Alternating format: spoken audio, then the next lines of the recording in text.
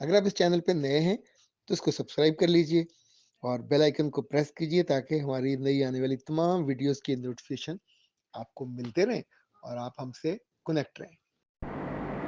बिस्मिल्लाहिर्रहमानिर्रहीम। खातिन हज़रात, मैं हूँ अख्तर अब्बास और आप सबको अस्सलाम वालेकुम। फ़ारिहा ने इंग्लैंड से रब्ता किया है।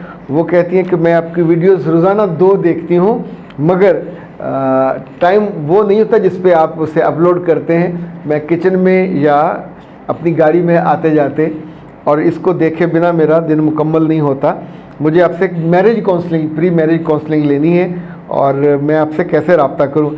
मेरे बच्चे हर वीडियो के नीचे डिस्क्रिप्शन होती है और जहाँ तक मुझे याद पड़ता है, जब पहली डिस्क्रिप्शन लिखी गई थी तो उसमें दोनों फ़ोन नंबर थे। तो इसका मतलब ये हुआ कि आप जब भी रब्ता करना चाहो, नंबर ना भी हो तो आराम से डिस्क्रिप्शन खोलें।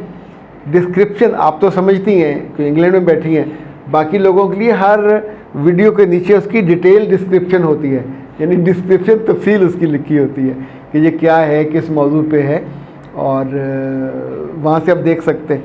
और प्री मैरिज आप 0327468746 पे हमारा 9 से 9 तक टाइम होते हैं।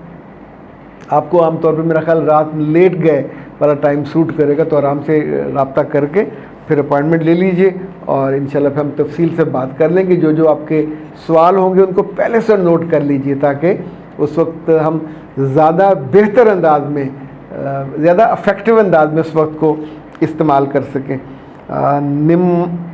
नुमाना ये कहती हैं कि सर मैंने सुकून मंगवाया था और वैसे तो आपकी बातों में बहुत सुकून है, मगर मैंने कायनात हर्बल का सुकून मंगवाया था, मुझे बहुत उससे फ़र्क पड़ा और घर की ज़ाहिर जो स्ट्रेस है वो मैनेज हो गई है। मेरी जो सास हैं उनकी उम्र 62 साल है, क्या वो सुकून इस्तेमाल कर सकती हैं? क्योंकि उन्होंने मुझे खाते देखा और कहा कि पूछो अपने भाई साहब से कि क्या मेरे लिए भी है। अच्छा, इनकी सास भी हमारी जली कटी तो हम नहीं सुनाते, पर कभी वो सुनती हैं तो वो कहती हैं कि वो बुरा नहीं मनाती और वो कहती हैं कि निगाह मुंडा जे, निगाह समझते हैं, और बेटों की तरह समझाता है और उससे सबसे ज़्यादा फ़ायदा ये होता है कि घर बसे रहते हैं। अच्छा, ये यूँ समझें, ये इस तरह का जो फीडबैक है ये गवाही है आपकी ज़िंदगी के काबिल कदर होने की। ये गवाही है कि आप जो कर रहे हैं वो वहीं पे पहुंच रहा है जहां कोई नक्स होता है। जैसे टायर में पंक्चर हो जाए तब वो गोली सी छोड़ते हैं उसके अंदर, वो पंक्चर वाली जगह पे जाके लगती है। तो मेरा रब मुझे आखिरी सांस तक इतना ही इफ़ेक्टिव भी रखे और इतना ही लोगों के लिए पॉजिटिव भी और यूज़फुल भी रखे। अच्छा, ये जो सादिया ने कहा है, वो कहती हैं कि सर शादी, दूसरी शादी, लड़कियां कुंवारा लड़का क्यों नहीं ढूंढती? किसी शादीशुदा मर्द से जब शादी करती हैं, इनकी दूसरी होती है, उसकी भी दूसरी होती है, पर पहली वाली उससे बहुत मुतासर होती है। अच्छा बेटा, ये कोई कंपल्शन नहीं है, अल्लाह के रसूल का भी हुक्म है कुंवारी लड़कियों से शादी करने का, लेकिन उस कल्चर में और इस कल्चर में कि हम सारे लोग एक दूसरे का भला चाहने वाले हैं। जब बेटियां उजड़ जाती हैं तो कोई फैमिली मोहब्बत करने वाली करीबी फैमिली ही काम आती है, वही अपने बेटे को और उसका रिश्ता देते हैं।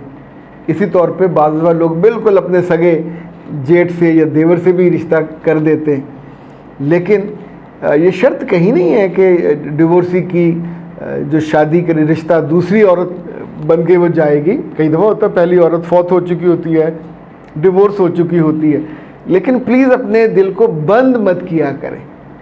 यानी इन बच्चियों की ये दूसरों की शादियों पे आएँ, इनको दुआ देनी चाहिए, घर बसने की, खूबसूरत लग रही हों तो भी इनको दुआ देनी चाहिए, उनके नसीब अच्छे हों, बख्त अच्छे हों। यकीन मानिए दूसरों का अच्छा चाहना शुरू कर दीजिए, दूसरों के बारे में अच्छा सोचना शुरू कर दीजिए, उनकी ज़िंदगी की बर्बादी पे दुख महसूस करें और उनकी आबादी के लिए थोड़ी एफर्ट। अच्छा, मुझे दसियों ऐसे लोग हैं जो ज़ाहिर मेरा कभी उनसे कोई बहुत ज़्यादा ताल्लुक़ नहीं था, पर उनकी जब बेटियों की डिवोर्स हुई, उनकी ग्रूमिंग मैंने की, उसे मेकओवर कहते हैं, उसका मेकओवर पूरा किया, उनकी कुछ चीज़ें जो मुझे चुभी उनको वो ठीक करने की कोशिश की।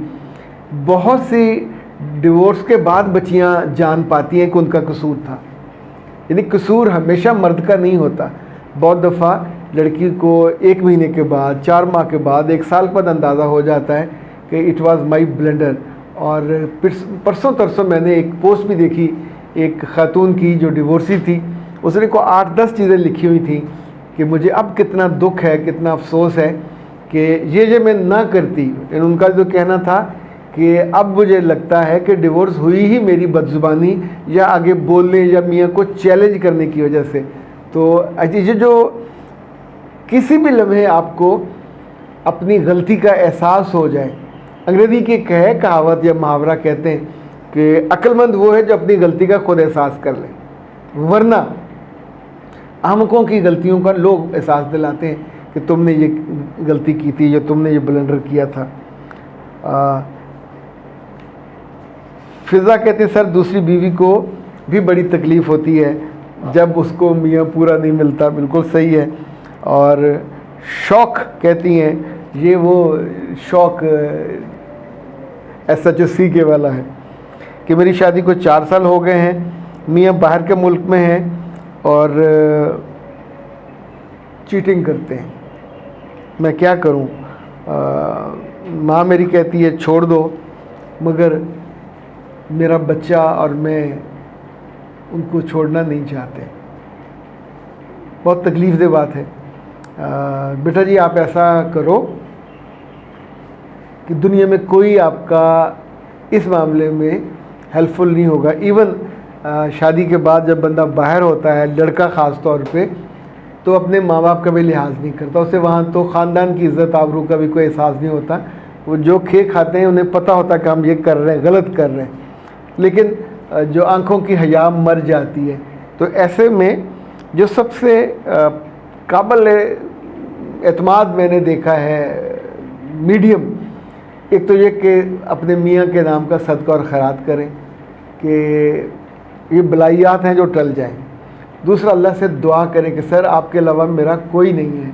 यकीन मानिए जब हम अल्लाह पे इतना, एक होता है ना बंदा बिल्कुल टह जाता है और कहता है कि सर आप, मैंने अब किसी से नहीं कहना, ये जब तक आपने अपने माँ बाप को नहीं बताया, मुझे तो ये अच्छा लगा। एक मजबूत और समझदार औरत की निशानी है।